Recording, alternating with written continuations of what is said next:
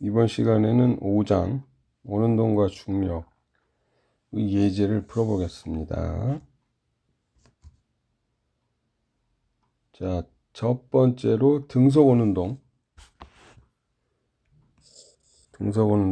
나오고, 그 다음에 비등속 원운동, 이거는 일단 생략하고, 그 다음에 중력에 관한 문제를 풀어봅시다.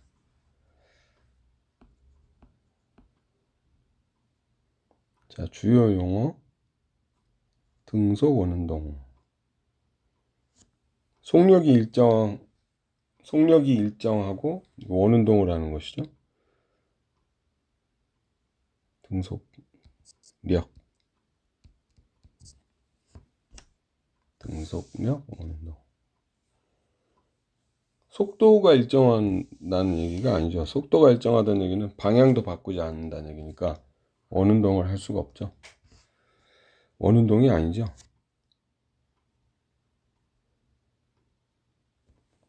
자, 그 다음에 여기 centripetal acceleration이라고 써있죠. 이건 구심이란 뜻이에요. 구심 가속도. 구심 가속도. 그 다음에 기호는 이렇게 표시. A라는 이제 가속도 표시에 C, 여기 C를 따서 AC 하면은 구심 가속도.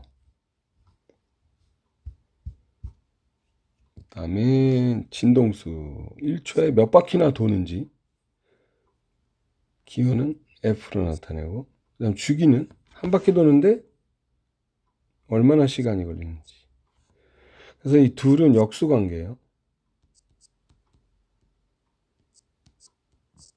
이렇게. 그 다음에 한 바퀴 도는데 T라는 시간이 걸리니까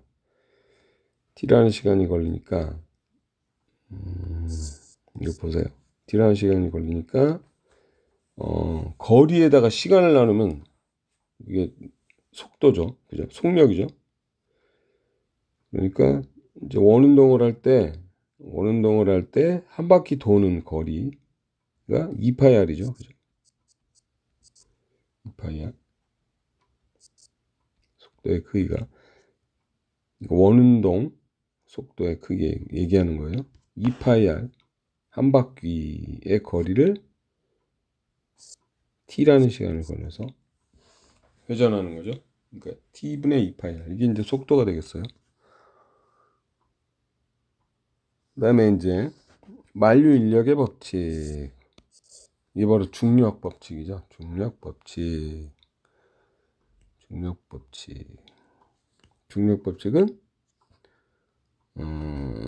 중력의 크기는 Fg, 중력의 크기는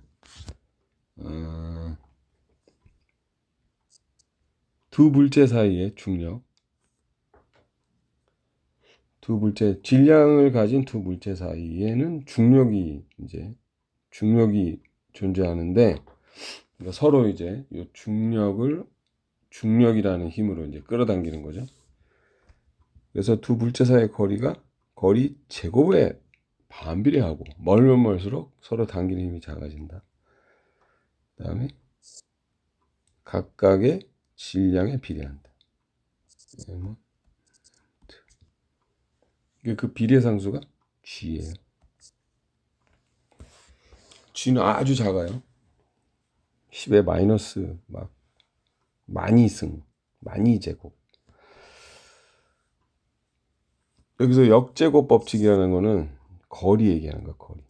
거리 역제곱. 왜냐면 이제 자연계에 존재하는 여러 가지 힘 중에, 여러 가지라 그래봤자 뭐 몇 개 안 돼요.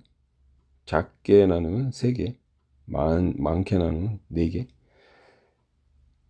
전기력도, 즉 쿨롱의 법칙도 R제곱 분의 이제 Q1, Q2 이렇게 되고, 중력도 그렇고. 자, 그 다음에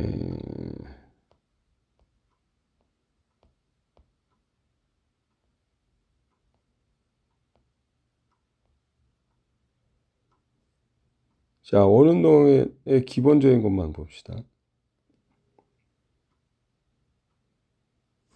V1이라는 속도로 이렇게 가고 있는 그런 어떤 입자 또는 물체를 원운동을 하게 시키려면,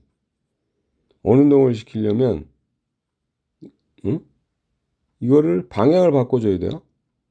등속력 원운동을 시키려면 이 가는 방향의 반대 방향으로는 힘을 주면 안 되겠죠, 그렇죠?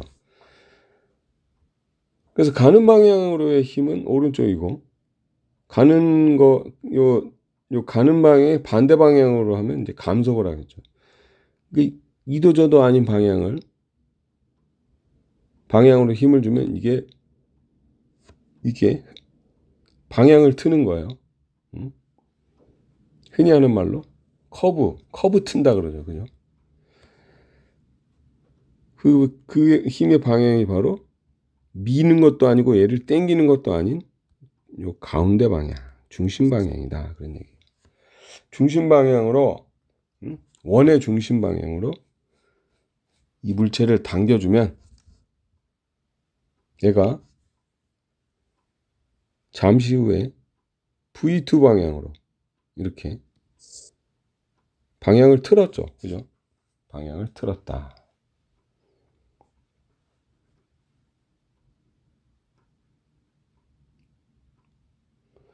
그래서 이거를 이제 구심력이라 그래요. 그래서 구심력의 방향은 원의 중심 방향이다.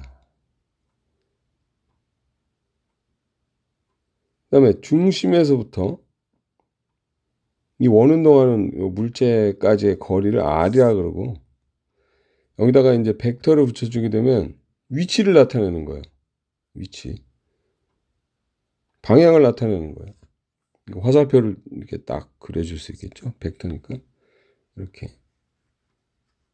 자, 그래서 중심에서 물체 방향으로 이렇게 바깥쪽으로 향하는 방향을 이렇게 나타내요. 위치 벡터. 그러니까 R 벡터를 그 크기로 나눠준 거죠. 왜냐면 이제 이 방향 벡터는 크기가 1이어야 되니까.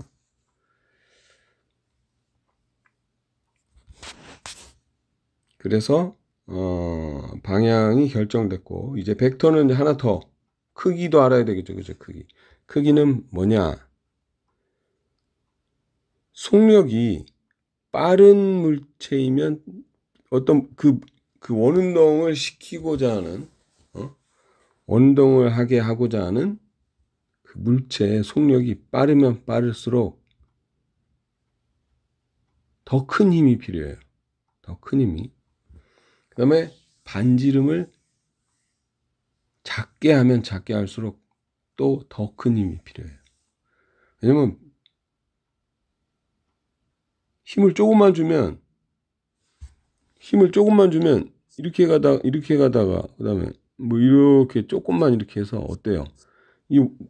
결국에는 원이 되겠지만 엄청나게 큰 원이 되겠죠, 그렇죠? 근데 힘을 세게 줘서 이걸 막 이렇게 팍팍팍팍 이렇게 방향을 틀게 만든다면 이게 작은 원이 되겠죠, 그렇죠? 그에 따른 반지름도 작아질 것이고. 자, 그래서 원운동을 하기 위한 그걸 구심력이라고 그러는데, 구심력은 속도 제곱에 비례하고 그 다음에 거리에 반비례한다, 그런 얘기예요. 그래서 구심력의 크기는 R분의 V제곱. 그 다음에 질량이 크면 클수록 가속하기가 어렵겠죠, 그렇죠? 그러니까 방향을 바꾸기가 힘든 거예요. 그래서 이거를 구심력의 크기라고 한다. 힘인데 구심력. C가 붙으면 다 중심 방향, 그런 뜻이에요. 그 다음에 F는 MA죠. 이것도 구심 가속도라 그래요. 그래서 MA하고 R분의 MV 제곱 똑같으니까 양쪽에서 이제 M을 이렇게 지워주면, 그죠? 양쪽에서 M을 지우게 되면 90력은 어떻게 되냐? 바로 R분의 V 제곱이 된다. 자, 그 다음에 방금 전에 얘기했죠, 그죠? 한 바퀴 도는데 걸리는 시간이 t고, 그 다음에 1초 동안에 몇 바퀴 도는가? 바로 F인데 둘은 역수관계에 있다. 그 다음에 역수관계에 있고, V는, 그 다음에 이제 도는 속력이죠. V는 바로 2파이R 거리 나누기 시간이다. 자, 요 두 개를 꼭 알아둬야 돼요. 중요하다. 자, 첫 번째 문제를 봅시다. 자, 끈에 매달린 150g의 공이, 여기서 M은 150g이면 0.150kg이죠. 그죠? 그 다음에 반지름이 0.6m.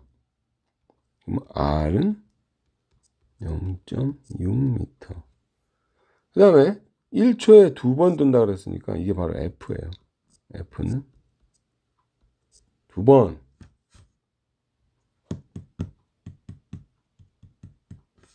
단위는 헤르츠라고도 하고, 또는 이렇게 해도 돼요. 초당 2번이니까. 물론 문제 풀 때는 이제 숫자만 곱하고, 맨 마지막에 이제 문제가 가속도는 무엇인가 라고 물어보는 거예요. 이게 이제 잘렸어요. 교과서가. 가속도는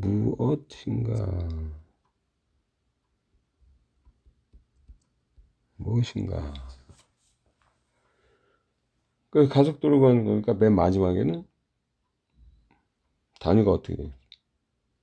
가속도 단위 미터 퍼 세크 제곱이라고 써줘야겠죠.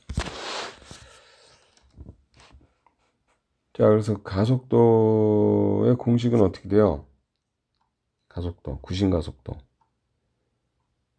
바로 AC는 R분의 V 제곱이었죠? 여기다 M만 더 곱하면 구심 0이 되고, R분의 V 제곱, 구심 가속도의 크기. 그 다음에 V는 뭐죠? V가 바로 T분의 2파이R이었죠? 그죠? T분의 2파이R. 그리고 F가 주어졌으니까 그 역수인 T도 구할 수 있는 거죠. 그렇죠? T는 뭐겠어요? T는 2의 역수가 2분의 1이니까 0.5. 그죠? 0.5초. 그죠? 한 바퀴 도는데 걸리는 시간이 0.5초다. 1초에 2바퀴니까 한 바퀴에 0.5초 걸린다는 얘기죠.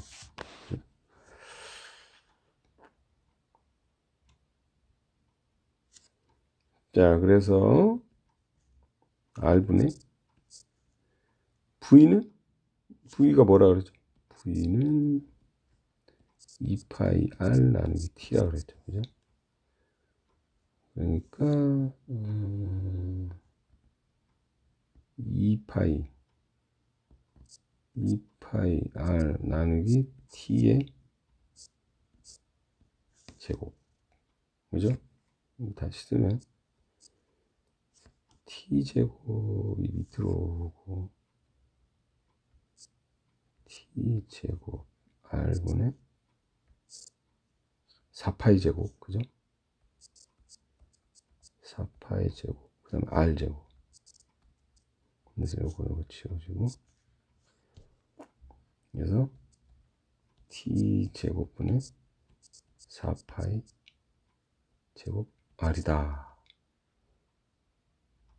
이게 답이죠, 그죠?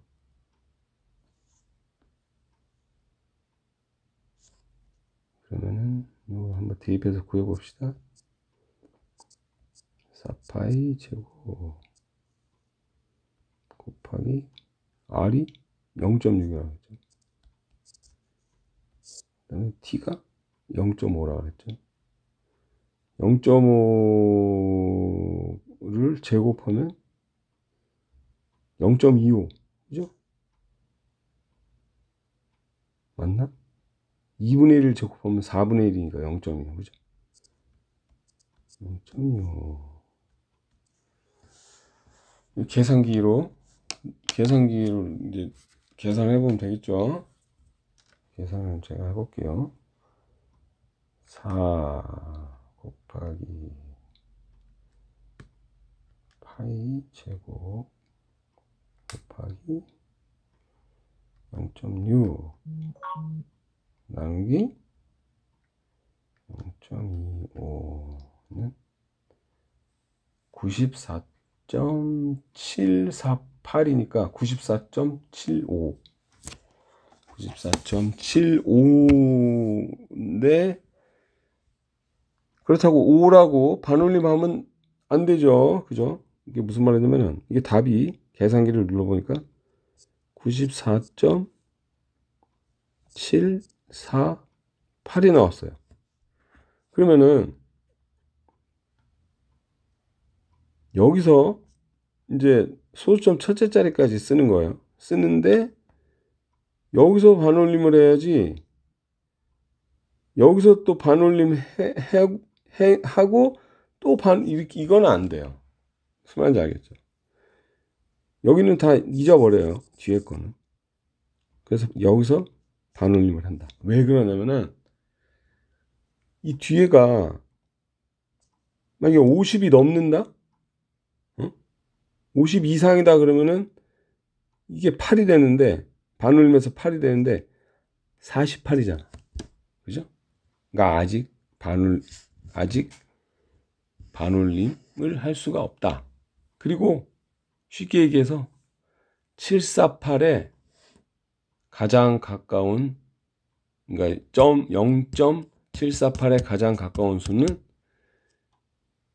그러니까 94.748에 가장 가까운 수는 94.8이냐 94.7이냐를 물으면은 어디에 더 가까워요? 94.7에 더 가깝죠, 그죠? 그래서 94.7이 된다.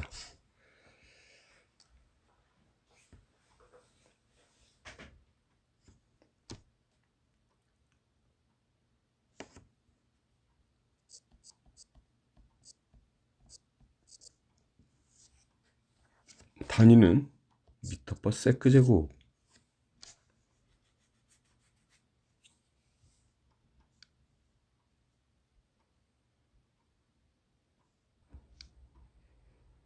달의 구심 가속도 문제는 앞에서 풀어봤던 문제와 거의 동일한 문제예요. 반지름이 주어지고 그 다음에 주기가 주어지고 가속도를 구하시오. 가속도니까 구심 가속도는 R분의 V 제곱이죠. 그죠? 그리고 V는 앞에서 구했듯이 2파이 R 나누기 T. 그렇죠? 자, 그래서 이 V를 여기다 대입하면 앞에서 구했던 공식과 똑같은 공식이 나오죠. 그죠? 그래서 결국에 AC는 앞에서 구한 T제곱분의 4파이 제곱 R. 그죠? T제곱분의 4파이 제곱 R이 나온다. 브리아도 같이.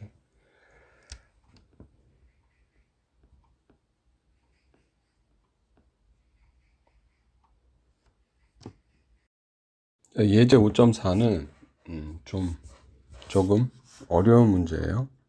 난이도 상중하로 구분하자면 중상 정도? 자, 이 문제는 연직원으로 회전하는 공이라고 그랬죠. 이게 무슨 말이냐면 이렇게 원의 궤도가 이제 그러니까 공에 끈을 매달아서 손으로 이렇게 뱅글뱅글 돌리는데 그 원의 궤도의 궤도가 그 지표면의 수직 방향이에요. 그러니까 우리가 평소에 돌리듯이 그냥 이렇게 돌리는 거죠. 우리가 이제 공에 끈을 매달아 가지고 이렇게 돌릴 때 그 지표면의 수직이 아니고 지표면의 평행한 방향으로 돌리면 어떻게 되겠어요? 다리에 부딪히겠죠, 그렇죠? 그렇게 돌리지 않고 다리에 부딪히지 않게 이렇게 수직 방향으로 돌리죠. 자, 그 경우예요. 그 경우인데 길이가 주어지고, 그죠? 여기 길이가 주어지고, 그다음에 그 공의 질량이 주어졌어요. 그래서 첫 번째 문제는 맨 위에서, 이곳이죠. 맨 위에서 공이 원운동을 계속하기 위해 필요한 최소 속력을 구하라. 자, 일단은 그 뉴턴 법칙을 보면 되겠죠? 뉴턴 이 법칙. 자, 공에 가해지는 알짜 힘은 F는 ma. 여기서 원운동을 하기 때문에 요 a는 구심가속도가 되겠죠. 그쵸? 구심가속도. 거기다 m을 곱하면은 이게 구심력이죠. 그쵸? 이거는 구심력이다.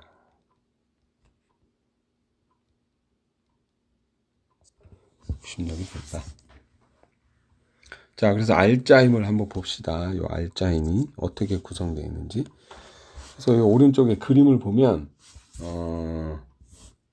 이 공이 꼭대기에 있을 때 가해지는 힘은 아래 방향으로 mg 중력이 있고, 그 다음에 우리가 이제 공에 줄을 매달았기 때문에 줄로 공을 당기는 거죠, 그죠? 이걸 장력이라 그래요. 장력은 항상 어떤 물체를 잡아당기는 방향으로 작용해요. 왜냐면은 줄로 물체를 미는 거는 이제 미는 경우는 없다고 가정하는 거예요. 뭐 줄이 이렇게 뻣뻣하면 밀 수도 있겠죠. 근데 이 일반 물리 교과서에 그 어떠한 문제도 줄로 어떤 물체나 입자를 미는 경우는 단 한 경우도 없어요. 왜냐면 줄로 미는데 그게 모호하잖아. 그러니까 사람이 1뉴턴으로 줄을 민다. 뻣뻣한 줄을 밀어서 공을 민다. 그러면은 그 줄이 이렇게 막 휘어지고 막 그러기 때문에 그 1뉴턴이 그대로 공에 전달되지는 않아요. 그렇기 때문에 그거는 분석이 거의 불가능하겠죠. 그죠? 그래서 그런 경우는 없다고 생각하고, 항상 장력이라는 거는 물체를 당기는 방향으로 작용한다. 그렇게 생각하면 되겠어요. 자, 그래서 중력과 마찬가지로 장력도 아래 방향이고, 이 두 힘을 합한 힘이 바로 구심력이 되겠죠. 그렇죠? 구심력. 그래서 다 아래 방향이에요. 구심력도 아래 방향이고.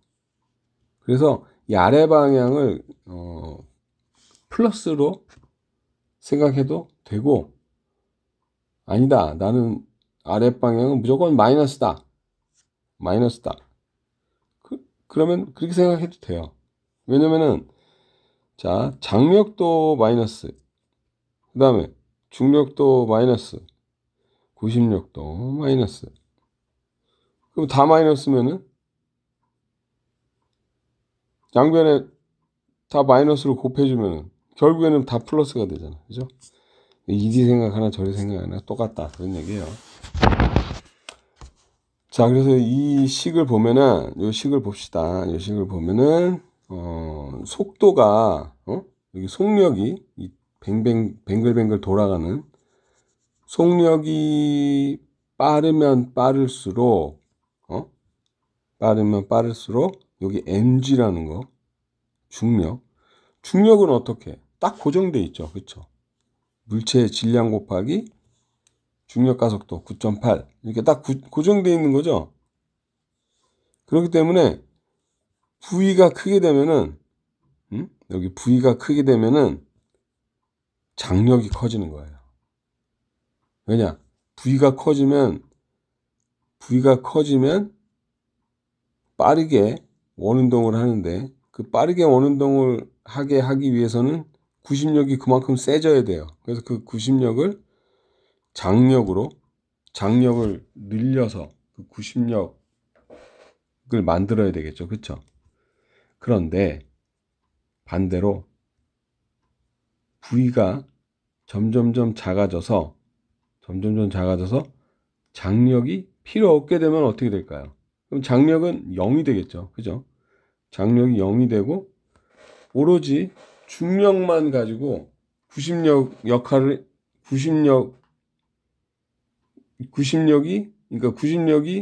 그냥 중력이 되는 거예요. 장력이 필요 없고 어떤 이제 특정한 속도가 되면 속력이 되면 특정한 V가 어떤 특정한 값이 되면 그런데 그 속력보다도 더 느리게 돌면 어떻게 될까요? 더 느리게 돌면 이제는 그러면 구심력이 더 작아져야 되는데 이 중력이라는 거는 만약에 구심력이 중력보다 더 작아. 그러면은 어떻게 될까요?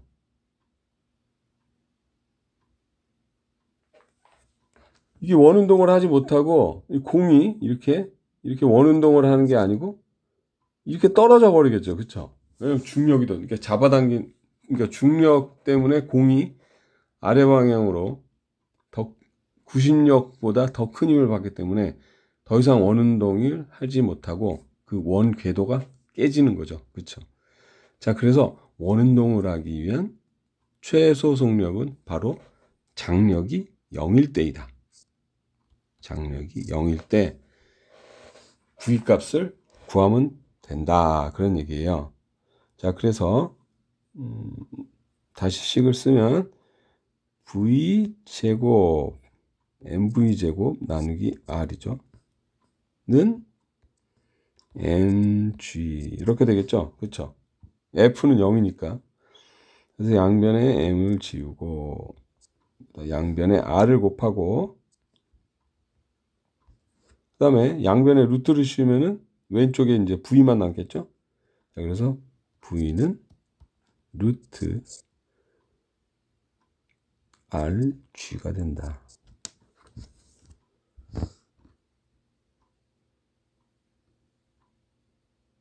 자, 그래서 답이 루트 gr 또는 rg가 되겠죠. 그래서 그 안에 g는 9.8을 대입하고 그 다음에 r은 문제에서 주어진 대로 여기 1.10m라고 그랬죠. 1.10을 r값 대신 대입을 하면 이렇게 정답이 나오는 거예요. 이렇게. 자, 그리고 그 다음 문제를 봅시다. 맨 아래 부분에서 맨 아래 아까는 이제 맨 위였는데 지금은 이제 맨 아래예요. 맨 아래 부분에서 이 공이 돌아가는 속력이 A에서의 속력보다 2배 빠르게 돈다고 가정할 때 A에서의 속력이라는 거는 그 최소 속력을 얘기하는 거예요. 즉 루트 RG를 얘기하는 거겠죠? 그죠? 그래서 요 두 번째 문제에서 B번 문제. B번 문제에서 V는 바로 2 루트 여기 GR이라고 씁시다. 여기 책에 GR이라고 되어 있으니까 GR이 된다. 그러면은 이제 방정식에 이제 V 대신에 이제 이걸 대입하면 되겠죠. 자, 방정식을 한번 봅시다. 위의 경우와 달리 이번에는 장력하고 중력하고 서로 반대 방향이죠. 그렇죠? 그리고 구심력은 원의 중심 방향이니까 구심력은 이쪽 방향이겠죠. 그렇죠? 구심력은 이제 위 방향이에요. 그러면 편리하게 위쪽 방향을 플러스로 하고 중력 아래 방향을 향하는 중력을 마이너스로 합시다. 그래서 공에 가해지는 R자 힘은 장력 더하기 중력인데, 중력은 아래 방향이니까, FT2 마이너스 mg는 FC 이렇게 되겠죠. 자, 그래서 FT2 이번엔 플러스가 아니고 마이너스 mg는 그 다음에 구심력 R분의 mv 제곱 이렇게 되는 거예요.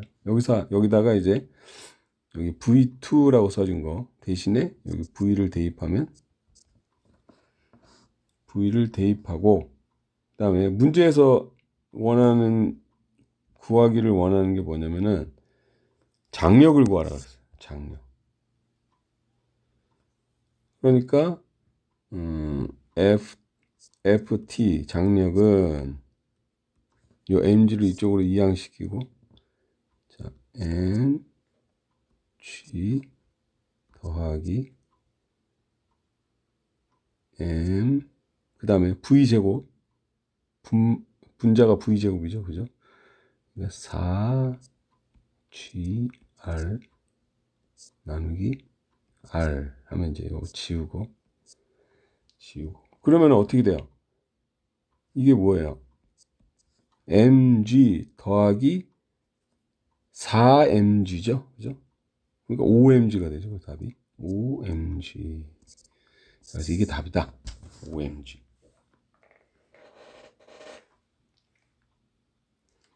이렇게 이 V 대신에 이제 2루트 GR을 대입하면은 이렇게 간단하게 5mg가 되는데 교과서 풀이처럼 이 상태에서 바로 대입을 하면은 이게 계산이 아주 복잡해지고 오차도 커져요. 그래서 책에서는 이제 7.35라는 값을 얻었는데 OMG로 OMG를 계산기에서 한번 구해 봅시다. OMG는 정확한 값이죠. 그죠? 그래서 5 곱하기 M은 몇이라고 그랬더라? 0.15 kg. 그죠? 0.15 곱하기 G 9.8 하면 7.35 똑같네. 7.35가 나온다. 그런 얘기예요. 근데 이건 아마 내 생각에는 이런 식으로 계산하면 뒤에 무슨 7.3 뭐 어쩌고 저쩌고 나와서 이게 반올림하면은 반올림해서 7.35가 나왔을 거야 아마. 근데 OMG로 계산하면 이게 정확한 값이에요. 반올림이고 뭐고 없어. 정확하게 7.35 니튼 나오는 거예요. 그냥 한번 해볼까? 궁금한데 밑에 거를 한번 계산해 봅시다. 값이 어떻게 나오는지. 자, 0.15 곱하기 6.566 제곱 나누기 1.10 그 다음에 더하기 0.15 곱하기 9.8는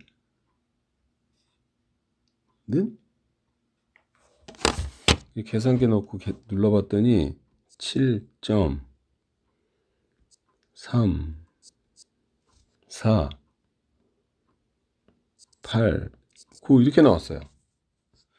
그러니까 이게 반올림 해가지고 7.35가 되는 거죠. 그렇죠?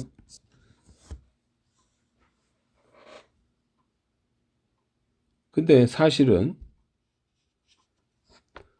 이제 이게 정확한 값이 아니고 사실은 정확하게 7.35가 나온다. 는 것을 알 수 있어요. 근데 실제 여러분들 시험에서 문제 풀 때는 이렇게 대입할 때 E 루트 GR을 대입해서 이렇게 간단하게 OMG를 얻어서 계산하는 방법도 있고 그냥 여기 교과서 풀이대로 이런 식으로 풀어도 돼요. 답만 맞으면 되지 뭐. 그래서 이제 이런 교과서 풀이를 더 이게 더 마음에 든다 하는 학생은 이렇게 풀어도 돼요.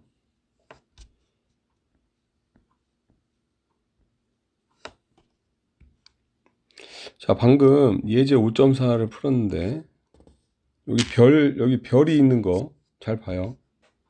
별이 있는 거는 시험에 나올 가능성이 있는 거예요. 또는 기출 문제. 예전에 이제 시험에 나왔던 문제. 그다음은 예제가 5.5. 5.5는 가능성이 0은 아니다. 시험에 나올 가능성이 0%는 아니다. 그래도 한번 풀어봅시다.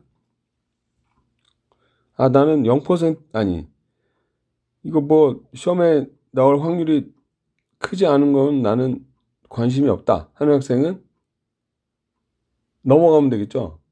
하면서 넘어가면 안 되지. 넘어가면 그 출석 체크가 안 될 거 아니야. 여기 딴 데 갔다가 오든지 알아서 해요. 내가 추천하는 방법은 일단은 동영상을 플레이하고 다른 일을 해요. 뭐 공부를 한다든지 시험 공부를 한다든지 아니면은 뭐 다른 과목 시험 공부를 한다든지 아니면은 뭐 밖에 나가서 논다든지 밥을 먹는다든지 이렇게 해서 일단은 시청을 다 끝내. 플레이를 끝까지 시켜. 그럼 이제 출석 체크가 될 거 아니야. 그 다음에 다시 보기로 다시 보는 거야. 다시 볼 때는 이제 막 넘겨도 되고 이리 갔다 저리 갔다 이렇게 어떤 문제는 제끼고 이렇게 그렇게 하면 보기 편하겠죠. 그렇죠? 그걸 추천해요.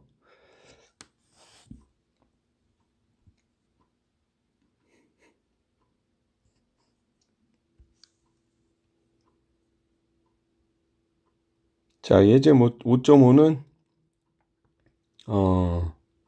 일단 그림을 봅시다. 그림을 보면 차가 이렇게 원운동을 하고 있죠. 이렇게 돌고 있어요. 이렇게 도는데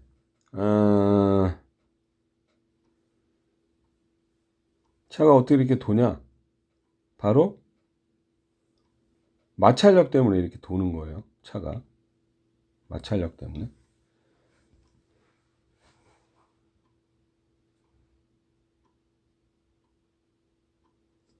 그러니까 반지름 50m의 커브라 그랬죠. 그죠? 그러니까 이게 아주 커다란 원을 이제 이게 원운동을 하는데 이 길이 이렇게 길이 이제 원의 일부라고 가정하면은 한 이쯤 되겠죠. 그쵸? 중심이 이렇게 이게 50m예요. 여기서부터 여기까지가 50m.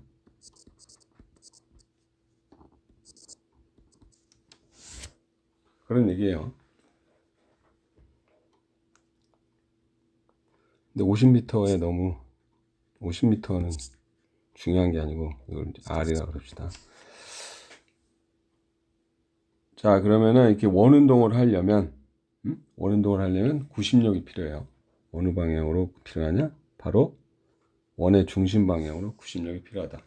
그래서 이 구심력은 어디서 나오는 거냐면은 차가 이렇게 왼쪽으로 돌려면 핸들을 왼쪽으로 꺾죠. 그죠? 왼쪽으로 꺾으면 바퀴가 이렇게 될 거 아니야. 이렇게 똑바로 갈 때는 이렇게 돼 있다가 왼쪽으로 갈 때는 이렇게 해야지. 이렇게 돌죠. 그죠? 이렇게 돌죠. 그래서 바퀴 방향이 정확하게 앞바퀴가 여기 있죠. 여기 있으니까 바퀴 방향이 정확하게 이렇게 돼 있어야 돼요.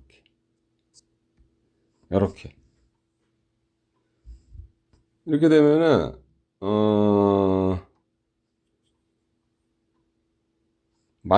정지 마찰력이 이쪽으로 가해지는 거예요. 이쪽으로.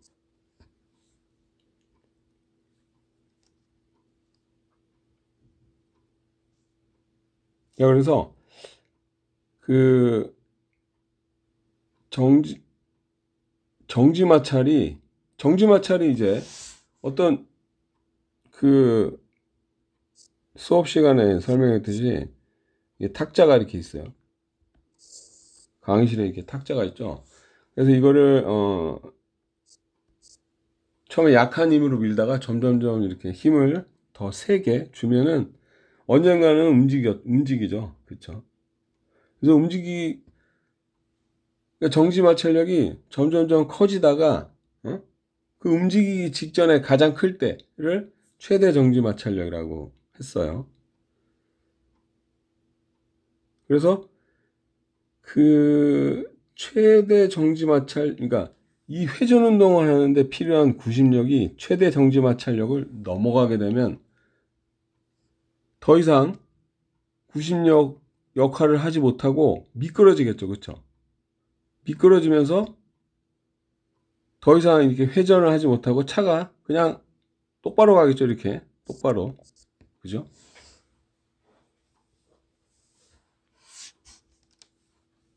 그래서 이 문제는 정지 마찰 계수가 주어지고 그 정지 마찰, 그러니까 타이어와 그 도로변과의 정지 마찰 계수, 최대 정지 마찰 계수가 주어지고 그에 따른 최대 정지 마찰력이 구심력, 속력에 따른 구심력 역할을 하는데 충분한지 아닌지 그거를 이제 알아보아라. 그게 문제예요. 식은 아주 간단해요. 자, 일단 그 마찰력, 프릭션, 마찰력의 크기는 μs. 이게 최대 정지 마찰 계수예요. 그냥 정지 마찰 계수라고 해도 돼요. 그 다음에 여기다가 수직항력을 곱하는 거예요. 수직항력은 뭐냐? 이렇게 여기 왼쪽 그림을 봐요. 왼쪽 그림을 보면은 이 차가 바닥에 딱 붙어서 땅으로 꺼지지도 않고 하늘로 뜨지도 않죠. 그죠? 그게 무슨 말이냐? 왜 그러냐? 바로 이 중력과 똑같은 크기이며 방향이 반대인 다른 힘이 차에 가해져야 한다는 거예요. 이걸 보고 수직항력이라고 그러는 거예요. 이 힘은 바로 이제 땅이 차에 가하는, 도로면이 차에 가하는 힘이겠죠. 그죠? 이게 수직항력인데, 이 수직항력하고 중력이랑 똑같아야죠. 그죠? 둘 중에 하나가 더 크면 이제 이게 가속되는 거죠.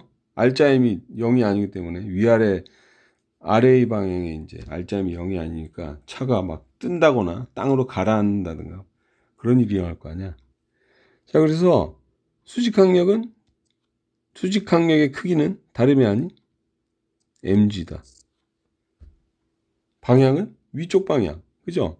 이제 이게 이쪽으로 이제 y가 이쪽이다 그러면 y 방향이다. 그죠?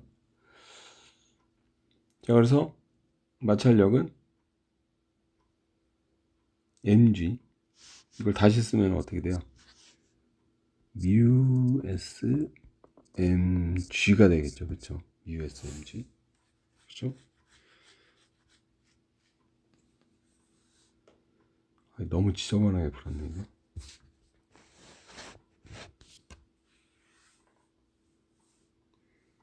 자, 그래서 구심력, 그러니까 마찰력이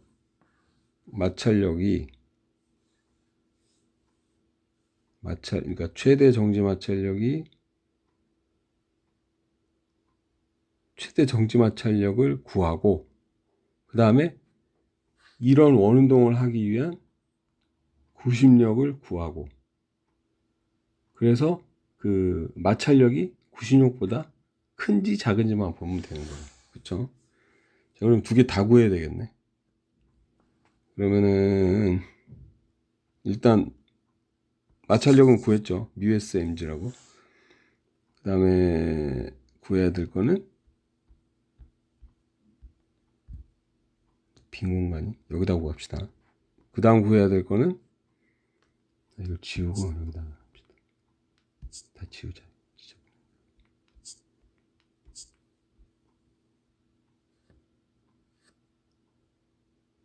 이거 다 지워. 여기다 다 지우고 깨끗하게 여기다 풀게요. 그래서 정지 마찰력은 최대 정지 마찰력 mg다. 그 다음에 구심력은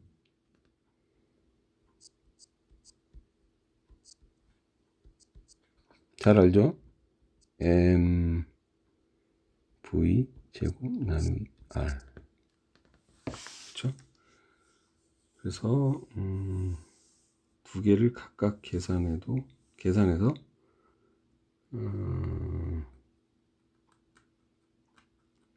정지 마찰력이 충분히 큰가 봅시다. 최대 정지 마찰력이 충분히 큰지.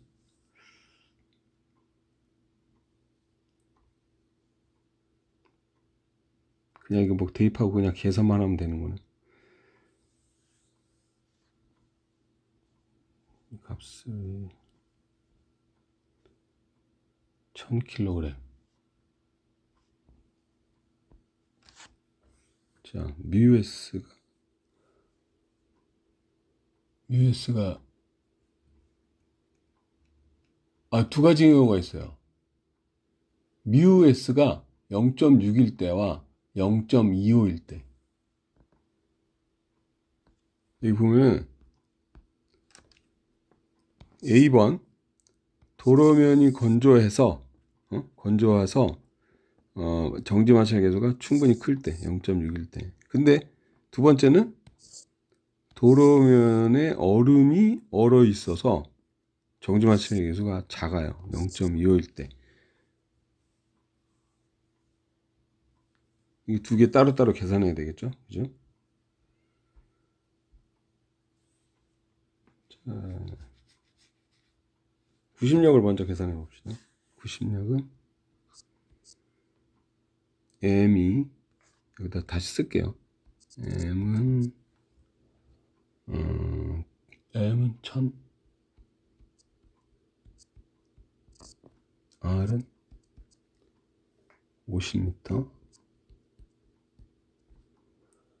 그 다음에 v는 15, 그 다음에 us가 0.6일 때와 0.25일 때. us A의 경우에는 us가 0.6, 0.69, 그다음에 B의 경우에는 US가 0.25일 때. 자, 일단 구심력은 1000 곱하기 15의 제곱 나누기 R 50. 네? 계산기로 계산해 봅시다. 1000 곱하기 15의 제곱 나누기 50. 4500. 4500뉴턴. 그럼 요 두 가지 경우에 있어서 요걸 계산해 보면 되는 거죠. 자, A의 경우 이거 두 가지가 있다 그랬죠. 이거 쓸 데가 없잖아요. 이거 확대해 가지고 억지로 써야지. 자, 요 두 가지 경우 이렇게. 자, 여기 A일 때 여기 B일 때 이렇게 쓸게요. 자, A의 경우는 0.6이죠. 0.6 곱하기 M이 1000이라고 그랬죠. 1000 곱하기 9.8 5880. 5880.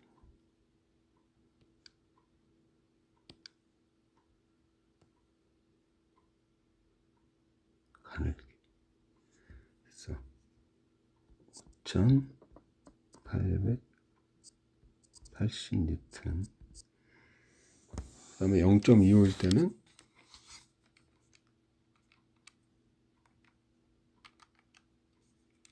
2450.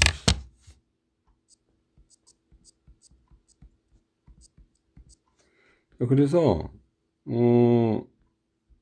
4500뉴턴, 구심력이 4500뉴턴인데 땅이 건조할 때는 뭐? 4500이죠. 4500보다 정지 마찰력이 더 크죠. 그죠? 5880. 건조할 때는. 그러니까 충분히 이제 타이어가 딱 잡아주는 거예요. 정지 마찰력이 충분히 커요. 근데 이제 그 눈이 와가지고 얼음이 생긴 경우에는 4500보다 훨씬 작기 때문에 그냥 미끄러지는 거예요. 이러한 문제였다.